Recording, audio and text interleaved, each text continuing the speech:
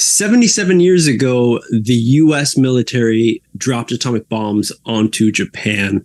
And today we're going to be talking about how me and Adam feel about the whole thing.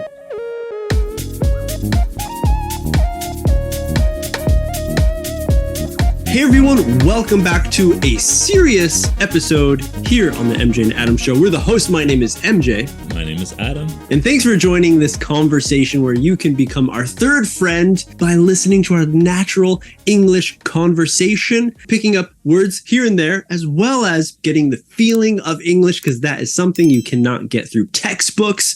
All right, everyone, today is going to be a deep one. We're going to be talking about the anniversary of the atomic bomb attacks on Japan. August 6, 1945 was the first time an atomic bomb was used. And then just a few days later, August 9th, was the second time an atomic bomb was used. This is something that has shook the world from the day it happened 77 years ago until today. Every year, there is an anniversary held, and there is plenty of news programs that focus on the stories here in Japan of what happened, talking to different survivors and hearing their accounts of the horrific day that unfolded. It really hits hard, especially for me being the American, living in Japan, this country that I really enjoy, I really love, amazing people, amazing culture, and to think about this history that happened. In the US, I'm sure in Canada too, around the world, we do learn about this topic in social studies. Adam, what was the thing that you learned about, that you remember growing up and learning about this history while you're in Canada? My history teacher in high school told me and told the class that they didn't know what was going to happen. They just kind of dropped the nuclear bombs, and they were expecting it to do damage, but they didn't realize the extent of the damage that was going to happen, where the zones would go. It wasn't a calculated attack. They were doing an experiment to see what kind of damage these bombs would have. And then hearing what happened after in that history class, 10th or 11th grade in high school, hearing my teacher explain the effects not only after, but during and when the bombs hit, what happened to the people, and seeing all the images of things that, the areas that they took pictures of after. I had no words to really say anything. We just kind of sat there, and the whole class was silent.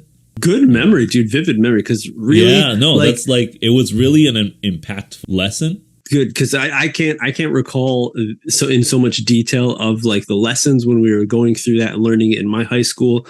For different types of people, different types of kids, sometimes maybe you're not so interested, maybe you're not focused so much on what is happening, sadly. But there's a few different ways that we've been able to relive or kind of learn about these things, and that is through anime.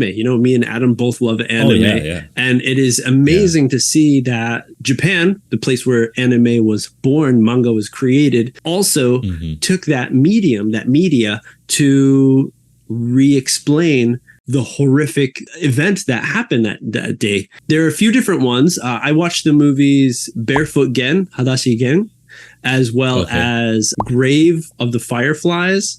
And when you're watching these animes, I was a kid when I was watching it. Maybe not the same age, but you kind of have a bigger connection to that.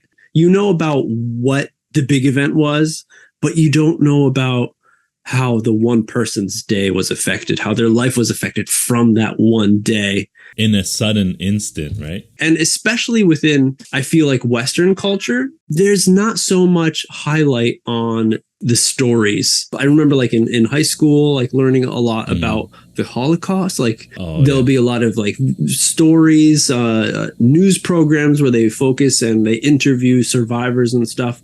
But you don't hear much about what happened or the survivors' accounts that happened in Nagasaki and Hiroshima. Now living in Japan, every year when it comes around in August, I'm wow, there's more news, there's more things that I have never heard of. And I feel that's what really drives it home. It's not just history. It's not just these horrible images of the people that were affected there, And that is one thing that, I've heard in Japan where that was possibly a book that you had to read. No, maybe it was like a book that was in like the Hadashi no Gen, the Barefoot Gen, the manga was in like all public schools. Textbook. But then some people were like, oh, it's too gruesome, too graphic. It shouldn't be there. But then there was a whole group of people who are like, no, it totally should be there. And not only do I think like that's correct, like it should be there for the younger generations to see in this media that they enjoy, you know, understand, instead of listening to a teacher. Like I was saying before, you know, sometimes you're sitting there like you're just zoning out. I'm sleeping because the teacher's talking. Yeah. But if you're watching a movie, reading a story about it, then you're awake and it's hitting you. Yeah. But I feel like not only in Japan it should be a mandatory thing to have, but also in the US. Yeah. If we could watch Grave of the Fireflies, that would be much more impactful, I think. So much more of a lesson to really show, again, not what happened just factual wise, but what happened to the Japanese people, what their life was like day to day, and how they were affected from it. So that's like one thing I try to share like personally on like my SNS, on my social media and stuff, whenever it does happen. Like I'm sure in America, in the news, there might be like a small like section that's like, oh, today was the anniversary of the atomic bombs from World War II. Like in Japan, like there's so much, you know, you have the live stream on TV of the actual ceremony, and you hear people's accounts. Again, you hear the mayor of Hiroshima talking. It makes it again drives it home to be like, yes, this happened 77 years ago. Yes, but it happened, and we need to again keep talking about it so that it doesn't happen again. Not only that, I think I still feel that even though it happened 77 years ago, the effects and the impact of that event still affect people in the area, like the families of the people who were impacted like directly, but also Hiroshima itself. We still see the Genbaku Dome in Hiroshima and in Nagasaki. There's still like remains of the event that you can go there and physically see. Just having that as a constant reminder is something that really needs to be explained. Not just, as you said, in Japan during the time it happened, but also in America. As the same way, the same education that the Japanese would have for it.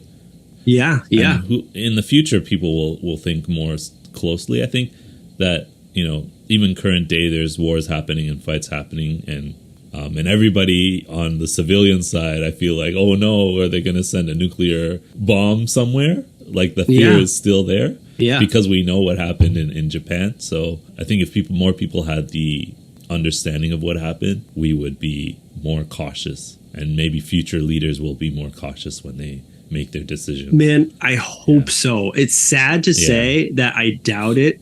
War is riddled within this whole world, so no matter what country you are in. If it's not happening now, it's going to happen in the future, or it happened definitely in the past. I was like, man, I kind of feel like more women should be in power.